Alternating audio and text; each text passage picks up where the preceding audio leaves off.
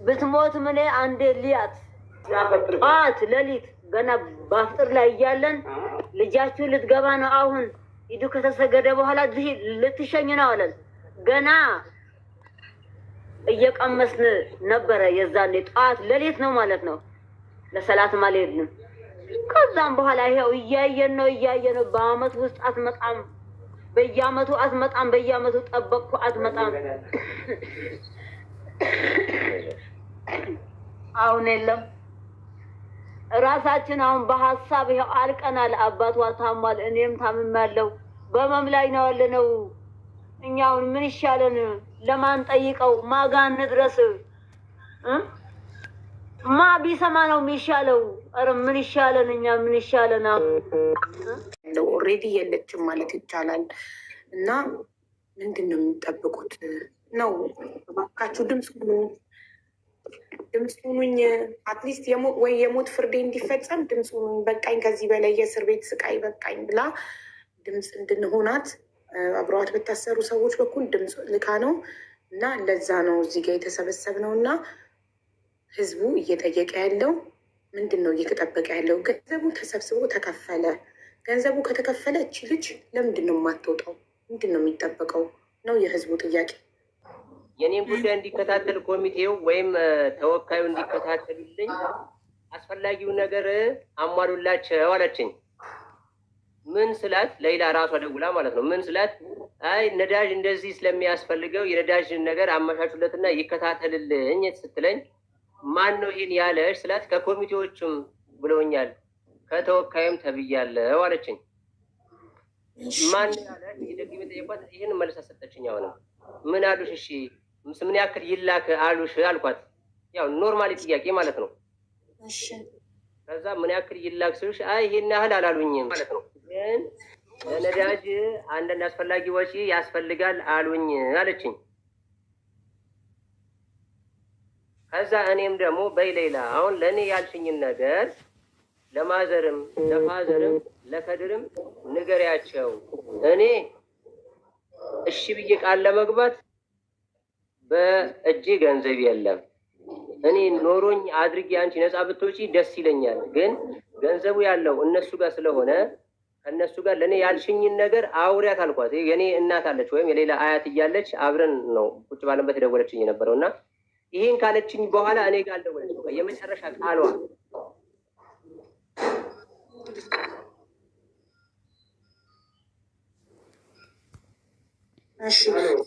ስለዚህ ሌላ ያለችክ ለነዳጅ ምናምን የሆነ ነገር ስለሚያስፈልገው ገንዘብ ስጡት ነው።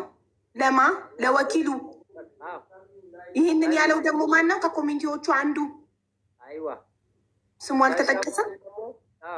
ከዛ በኋላ ልክ እኛ ማታም እነ ተስፍሽ ያሉት ነገር አለ። ቀሪው ገንዘብ 1 ብር እንዳይነካ በሚል ሁሉም እኛ ሰጀስት አድርጎ ተደረገናል። ከማዘር ፋዘርም ከኔም ከሁላችንም አንጻር ያን ነገር ማድረግ ስላልቻለን ይሄ ነገር ሳናደርገው ቆየን። ምክንያቱም ነፃ ግልጽ መውጣት ስላለበት ማለት ነው። ይሄንን እሷ ያለችኝ ነገር እኔ ወደ ማዘር ፋዘርም ደዊ ብያትም እነሱም ይሄ ስጋት ስላለባቸው እና ሲያም እነ ተስፈሽም ለእሷ ነው የሚውለው ብለው አቋም ስላስቀመጥን እኛም ስለተስማማን ይሄ ገንዘብ ሊነካ አልፈለግንም እኛ በመሰረቱ። ከዛ እሷ ምንድነው ያደረገችው? እዛው እስር ቤት ላይ እያለች ሌላ ሊላይ ብሎ የሚሰጣትን ሰው ለቃቅማ ሰደቃ የሰጣትን ሰው ለቃቅማ 1000 ሪያል ደግሞ ሌላ ሰው ገንዘብ በሚሰበሰብ ሰዓት ካርድ የሸጠች አንድ እህታችን ነበረች። እሷም 1000 ሪያል ወደዛ ልካ 4000 ሪያል ተሰጥቷል አለችኝ። እራሷ ሌላ ማለት ነው እንጂ 4000 ሪያል ለማን ነው? ከ10,000 ሪያሉ ውጪ አንዱ አረብ ቪዚት ሊያረጋት ከሰጣት እሱ በፊት ነው። ኦኬ እሺ። ይሄ 4000 ሪያል መቼ ነው የተሰጠው? 4000 ሪያል በቅርብ ጊዜ ነው አለ። ኤቪደንሱም እሱ ያለችብኝ ቮይስ አለ። ያን ፈልጋለሁ እኔ። ለማን ነው የተሰጠው? ለተወካይ ነው። ለተወካይ ጥሩ። እኔ ጥሪ አቅርቤለት ነበር ቪዲዮ ላይ ኮሚቴዎቹ መጥተው፣ ተወካዩ ግን አልመጣም። ለአህመዲን የሱፍ ማለት ነው አይደል የሰጠችው 4000 ሪያሉን። ኦኬ ለሱ ለራሱ ለነዳጅ ምናምን እስር ቤት ላይ ሆና ነው ይሄ የተሰጠው። መቼ እኛ ይሄን ገንዘብ አትንኩ ስለተባልን ሳነካው ሲቀር እሷ ደግሞ በራሷ አፈላልጋ ላከችለትና 2 ወር ከሆነ በኋላ በቃ ሰፍዩ አትጨናነቁ፣ እኔ ይሄ ነገር አድርጌ ልኬለታለሁ ለሰፍዩ ንገሩት ብላ ለሌላ ሰው ነገረች። ያ ሰው ደግሞ በቃ ተከፍሏል አትጨናነቅ ሰፍዩ የሚል መልዕክት ደረሰኝ ለኔ። በአጠቃላይ ተወካዩ 14,000 ሪያል በላ ማለት ነው ከሌላ 10,000 ሪያል መጀመሪያ ቤተሰቦች ሰደቃ ያውጡልኝ፣ ሙስሊም ክርስቲያኑን ድንኳን ጥለው ደግሰው ሰደቃ ያውጡልኝ ብላ የሰጠችውን 10,000 ሪያል አላከም ለእናንተ። አሁን እዚህ ጋር የምትለየው ብዬ 10,000 ሪያል የተባለው ገና ገንዘብ ከመሰብሰባችን በፊት ከመወሰኑ በፊት ነው። ከዛ በፊት እሱ ወኪል ነበር እንዴ? ገንዘቡ ከመሰብሰቡ በፊት ነው ውክልና የሆነው እሱ ወኪል የሆነው። ከዛ በፊት ዘመዳችሁ አልነበረ ሌላ ወደ ኢትዮጵያ የገባው ከሆነ በኋላ አሁን እኮ ይሄ ሰው ውክልና ከወሰደ በኋላ አሁን ያለው ሰው ተወካይ ውክልና ከወሰደ በኋላ ቢያንስ አመት ከምናምን ከቆየ በኋላ ነው ይሄ 2 ሚሊዮን ሪያል እንድትከፍል የተወሰነባት። እሺ እና ህል ጊዜ ለምን እናንተ እንደዚህ የሚያደርግ ከሆነ ለምን ወኪል አልቀየራችሁ? ለምን ሌላ ሰው አልቀየራችሁ? አሁን ይሄንንም ግልጽ ከና አቡ አፍናንም ጋር ዛሬ ግልጹ ልናወራ ነው። እኛም ይሄ ነገር ማቅረብ ፈለግ ነው። ይሄንን ነገር ልክ በዚህ ነገር እኛ ገመት ነው አይደል? መጀመሪያ ላይ በዚህ ነገር አለመግባባት ፈጥረናል አይደለ? ከዛ ስንደውልም ምንም አይነት ኤቪደንስ አይሰጠንም፣ ምንም ፍንጭ አልሰጥም አለን። የዛኔ ምንድን ነው ያደረግነው? ቀጥታ ሌላ ተወካይ ለመቀየር እንቅስቃሴ በጀመርንበት ታይም ኮሚቴዎቹ በል እናንተ መስማማት ካልቻላችሁ ከተወካይ ጋር እኛ እንደ ባህሪው ይዘነው እንዲከታተል እናደርጋለን፣ እኛ ከእናንተ ጋር እንወያያለን፣ ከእሱ ጋር ምንም በቃ አታውሩ። ስለዚህ የሚቀየር ከሆነ ጊዜም ስለሌለው የሞት ፍርዷ ይጸናል። ጊዜ የለም ለመቀየር ጊዜ የለም። ስለዚህ እሱ ይቀጥልና እኛ እሱን እንደ ባህሪው ይዘነው ፍርድ ቤት እንመላለሳለን። ጊዜ የለንም ሲሉን እሺ በቃ ጊዜ ሳይኖር ቀርቶ እች ልጅ ከምናጣ ልጃችን ይሁን ብለን የኮሚቴዎችን ሀሳብ ተቀብለን የቀጠል ነው እንጂ ለመቀየር 2-3 አቡ አፍናንም ያውቃል። በደንብ ሀሳብ ሊሰጥበት ይገባል አቡ አፍናንም። ስለዚህ እንዳይቀየር ያደረገብን አንዱ ኮሚቴ ነው።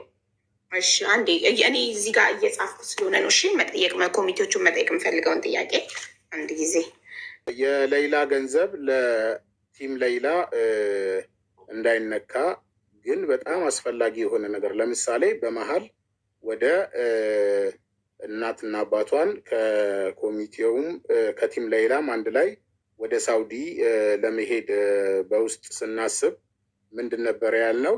ካለው ብር ላይ ይነሳ ብለን ነበረ።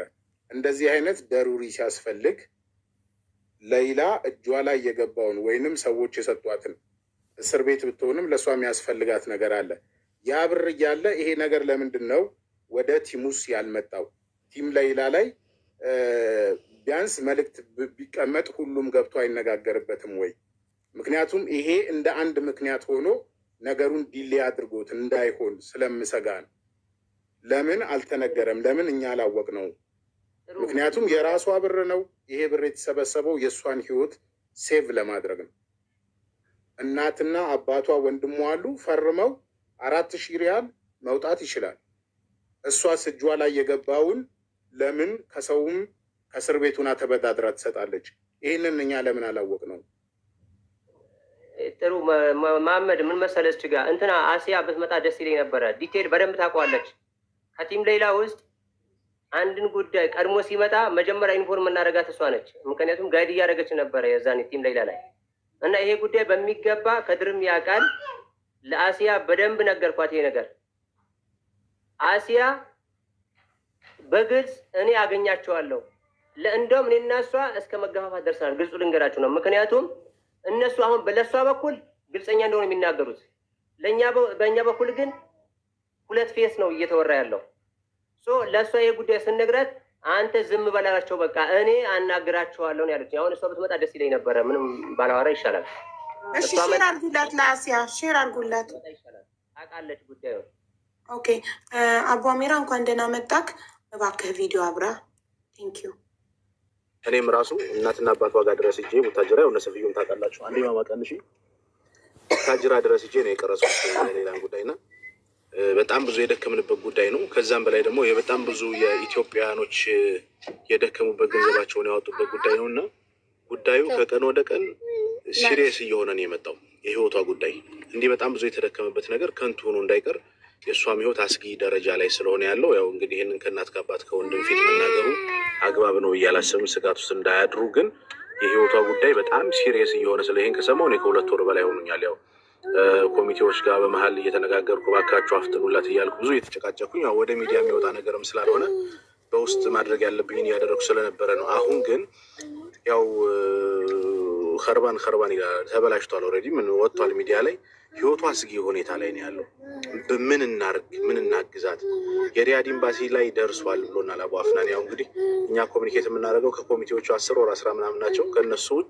ከነሱ ውስጥ አንዱን ነው የምናውቀው። አቡ አፍናን ብቻ ጋር ነው ኮሚኒኬት የምናደርገው እና አቡ አፍናን የሚሰጠን መረጃ ብቻ ነው እኛም ለህዝብ ስንናገር የነበረውና ምን እናድርግ? እንዴት እንጫን? እንዴት ፑሽ እናድርግ? እንዴት ሪያድ ኤምባሲ ያለውን በውጭ ጉዳይ ሚኒስቴር በኩል እንዴት እናድርግ?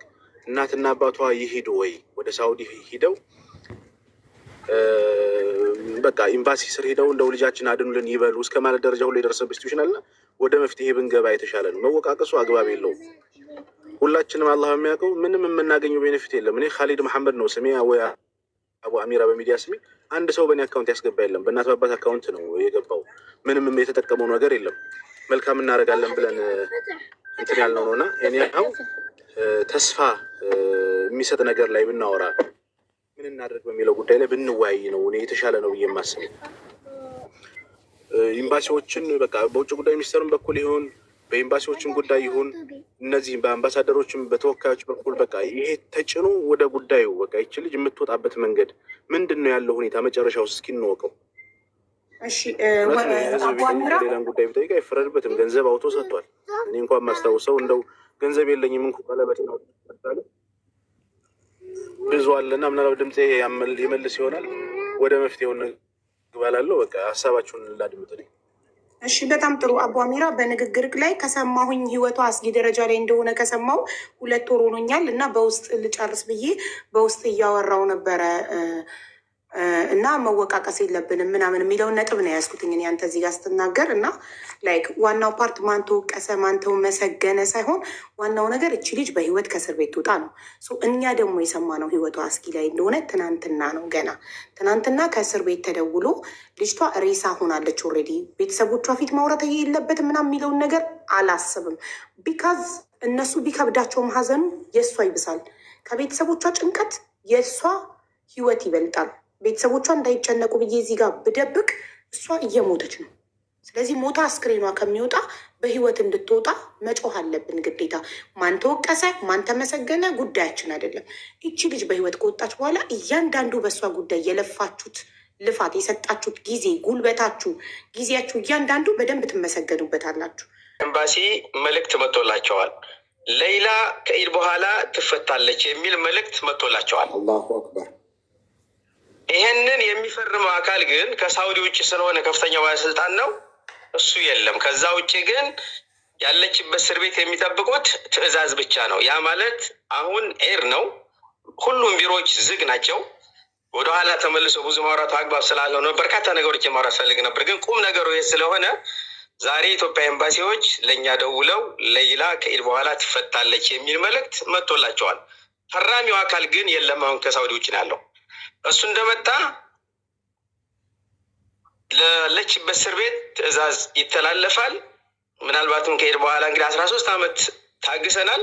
ቀጣዮቹን ቀናቶች መታገስ ይህን ያክል የሚከብድ ስላልሆነ የአላህ ሱብሃነሁ ወተዓላ እንኳን ለዚህ ቀን አበቃን የሚለውና በዚህ መሰረት ለማንኛውም አካል ገብተህ ይህን መልእክት አስተላልፍ ተብዬ ስለተነገርኩኝ ነው ዛሬ የመጣሁትና ሁላችሁንም እንኳን ደስ ያላችሁ። ይሄ